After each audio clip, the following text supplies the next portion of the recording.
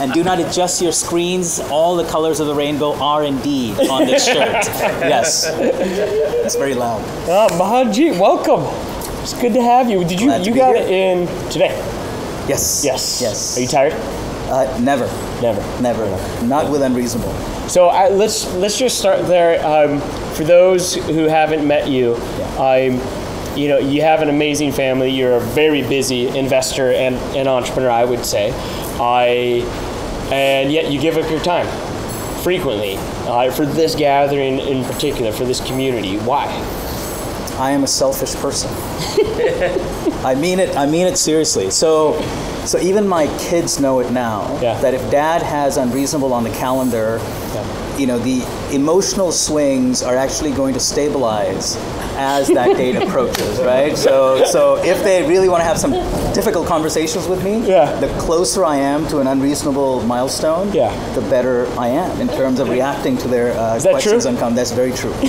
Because I mean, seriously, this is my adrenaline shot. I say it every single time. And it doesn't matter where in the world it happens. If I can make it, I do.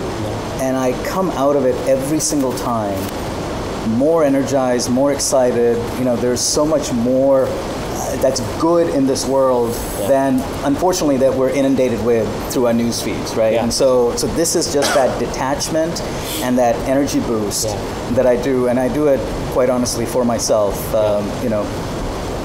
Not necessarily for you guys. It's all for me. Thank you. Thank you so much. It's a good kind of selfish. Yes, I will try and speak up. Yes. So Mohanjit, this is actually something that I don't know. Which is tell us a little bit about your childhood. What was your upbringing like? Yeah, so very traditional upbringing. Born in what used to be a village in North India, now almost a mega city called Ludhiana. I grew up in Delhi till I was in early teens, and then in the early 80s, right when the Bloods and Crips were killing each other, the family decided to move to South Central Los Angeles in 1983. It was a fantastic initiation to the promised land, fresh off the boat and being sort of cornered by both groups, because I used to wear blue and red turbans. And so that was both sides, So my advisor basically said, son, I don't care what you do, tie-dye, baseball cap, whatever, do not wear reds or blues. And so I sort of left the reds and blues at home from that point on. But I then upgraded myself from that experience to going to a high school that had the highest teenage pregnancy rate in California. And I know what you guys are thinking. I did not have anything to do with that. Okay, so I want to make that completely down. I was the outlier, the other way. Yes. So we had a full-time daycare center at this high school. As you can imagine, I mean, there were pregnant sophomore, junior, seniors at the high school, and so completely by happenstance ended up at MIT. And nobody. How did that happen? Say a little more. I still don't know. So I'll tell you a couple of really. You make it sound stories. so easy, No. Well, so this is where that book Outliers comes in, right? So if everybody around you is so they come from broken homes, or they just don't have kind of the background and upbringing that I had. I was blessed to have been through, even though we're not wealthy or anything like that. But there were some sort of fundamental values within the family. It was easy to sort of rise above the noise, right? And so I think maybe that had something to do with it. And then the other thing is, I think my journey was very, very much a journey of a typical immigrant family. So in early 80s, the unemployment rate in California was in the teens. Right? So Dad is a turban, bearded man, would do fantastically well on his math tests and this and that. He applied for a postal worker job, and the scores were 100%. But when he went for the interview, he was basically told you have to shave and take a turban off if you want a job. And so we struggled. And so Mom was, nurse for 20 years, came to the U.S., started with, it was $3.35 an hour was the minimum wage. So 2 jobs and all of that, right? So I think, part of that, I think, showed the grit perhaps that I developed. I was like, you know what, they have gone through so much to get us to this point. I simply cannot let them down. But what's interesting is I still remember going to my econ teacher in high school. His name was Ziggy Belzowski. And Mr. Belzowski, I said, I need a recommendation for MIT. And he looked at me and said, son, why are you going to a military academy? So he did not know what MIT was. So in the 35-year history of my school, nobody had even applied to the college, much less gotten in. And I had never actually seen snow in my life. I grew up landlocked, and some of my Indian brethren may relate to this. I had never seen, I didn't know how to swim. I'd never seen snow, of course, and so I only applied to East Coast schools. And the irony is, my safety school was UC Davis, and I got rejected by Davis, but got into Columbia, MIT, BU, and others. Yes, and the UCs actually gave me a Regents scholarship without actually giving me admission, which was really interesting. The decision was made by two different entities. So anyway, be that as it may. I ended up at MIT, and believe it or not, the first year was incredibly difficult, as you can imagine, right? So you suddenly end up where everybody's a valedictorian, Stuyvesant School, Bronx School of Science, and Phillips this and that. I had never seen a computer mouse in my life. I had used punch cards to program, and suddenly I'm sitting next to these whiz kids. And the first year, thankfully, at the Institute was pass-fail. And it was, I think, designed specifically for people like me to go through that transient in the first year and then stabilize after that, and I did fairly well post that. And what degrees did you take out of MIT? So I did a bachelor's and master's in aerospace, aeroastro as they call it, aeronautics and astronautics. And how did you go from aeronautics and astronautics into venture capital? What was the leap? Straightforward. It's very straightforward. No, so here's the trajectory, right? So this sort of weaves into. I just have been very, very fortunate to have been put in situations where I could take that leap of faith and go do something that may seem like a total step function, but be that as it may, I had the courage to go ahead and take that leap of faith. So after a graduate degree, I worked for a company that designed reconnaissance systems for the military, basically spy cameras. Right? So I had a chance to work on as part of the team that fixed the Hubble way back when. Right? And so it was absolutely fantastic. But when I joined the company, it was called iTech Optical Systems. So iTech had 550 people, and every 6 months they would lay off 10 to 20% of the staff. And so it went from 550 down to 110 in about 3.5 years. And I said, you know what? I have no control over what I'm doing here. I might be the next one to go, but I was the youngest hire, and therefore the least expensive hire, and therefore it didn't make sense for them to let me go. So they kept me on. But then I took a break. I went to UCLA. I said I need a business sort of aspect to my technical degree, and I fell in love with entrepreneurship. And ended up spending actually a year at Mattel, the toy company. And you say, well, entrepreneurship, Mattel. Aerospace, Mattel. Right, well, so it turns out there was a rogue group of about 3 or 4 people within this large organization. And they were all MIT grads, and their charter was to embed technologies into toys of the future.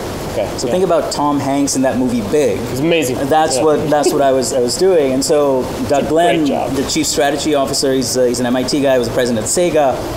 He said, Mohanjit, we're going to reinvent Mattel. And so what we did was we launched.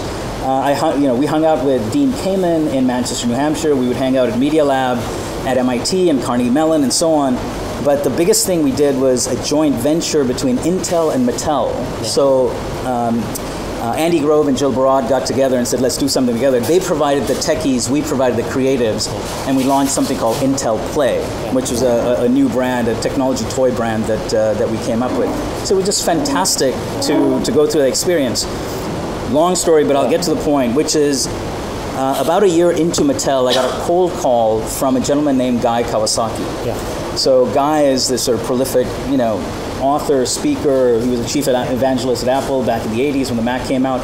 So he happens to be a UCLA Anderson Business School grad. And so he had become pen pals with a good friend of mine, from my classmate from Anderson, who said, why don't you give Mohanjit a call, because you're growing this entity called Garage.com that he had just started, which was a boutique investment bank at the time. Anyway, so he calls me, he said, what the hell are you doing playing with Barbie dolls? Come to Silicon Valley. This is 98. Things are happening. Yeah. And so my wife happened to be from the Bay Area. So long story short, we packed a U-Haul, drove north on I-5, ended up in a one-bedroom shack in Menlo Park. Yeah. And that was investment banking. Yeah. Bubble, we were supposed to go public. Frank Quattrone of CSFB, now Catalyst fame, was going to take us public.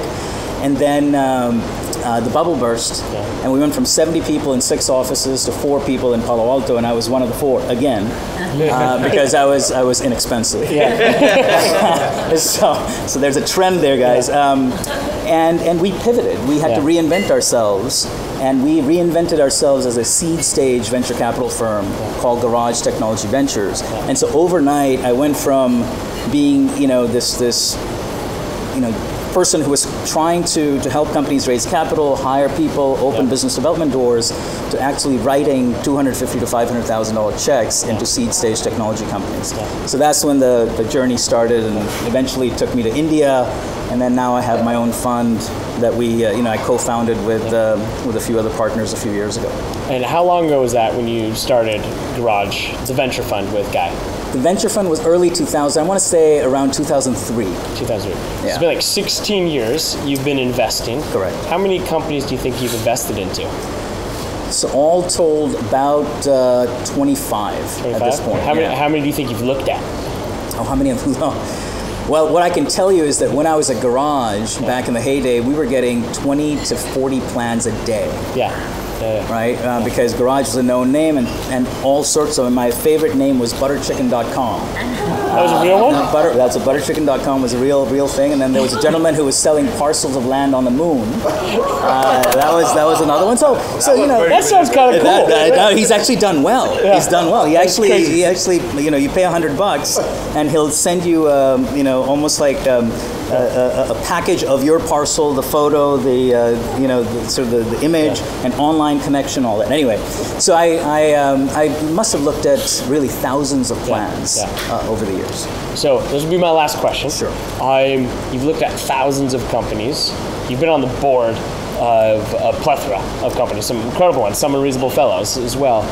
What have you learned in terms of what separates the good entrepreneurs from the great entrepreneurs? What's the difference?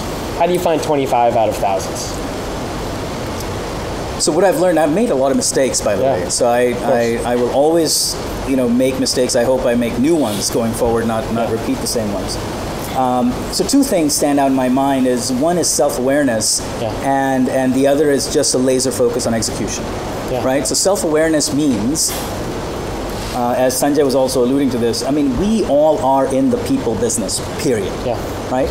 So the best of times and worst of times I've had in my career are because of people. Yeah. Right? And often, if you don't make the right decisions, you spend an inordinate amount of time correcting that mistake, not to take into account the opportunity cost of having made that wrong decision, right? And self-awareness basically means trusting your instinct, and if you're unsure, tapping into a network of trusted advisors. Something like Unreasonable is just a gold mine for the cohorts to be able to tap into. And I think a lot of times entrepreneurs, not a lot, but sometimes they feel like, okay, they're intruding upon somebody by asking, please don't do that. Yes, if you ask of someone and they may say no, so what the hell? Go and ask, other people and keep asking till you get to the right person who will go ahead and spend time with you, especially, within the Unreasonable community. So self-awareness vis-a-vis the people aspect, and just execution. Just sheer execution, making sure that you under-promise and over-deliver rather than the other way around. Yeah. That you constantly, sort of tweak, experiment, morph, pivot, and change things to be able to reach the goals that you intend to. Because especially at the earlier stages, things are so dynamic. competitive landscape is changing. Regulations are changing, especially if you're doing something in India. The only thing that's constant is that it's going to be changing, right? Yeah. So it just forces you to be nimble. Not to say that you are so malleable that you don't know where you're going, but there's that balance between knowing where you're going and being able to deal with the forks on the road that that are thrown your way. Yeah. So those are the two. And by the way, I am very close friends with entrepreneurs who didn't make it. Yep. For whatever reason, usually reasons outside of their control. Yeah. And then, there are some that I'm not the biggest fan of, even though financially they may have been extremely successful. Yeah. Right? Because just at a personal sort of DNA, there wasn't the resonance that I was hoping for. Yeah. I think, Mohanjit, we have to wrap, but I would just close by saying, hopefully you got a glimpse of the mind of Mohanjit and the intelligence that he has, but also your heart and your kindness. I don't know many investors, if any, who are so honest, so kind, so forthright, and so caring. So let's give Mohanjit a very nice round of applause. Thank you. My pleasure, my friend.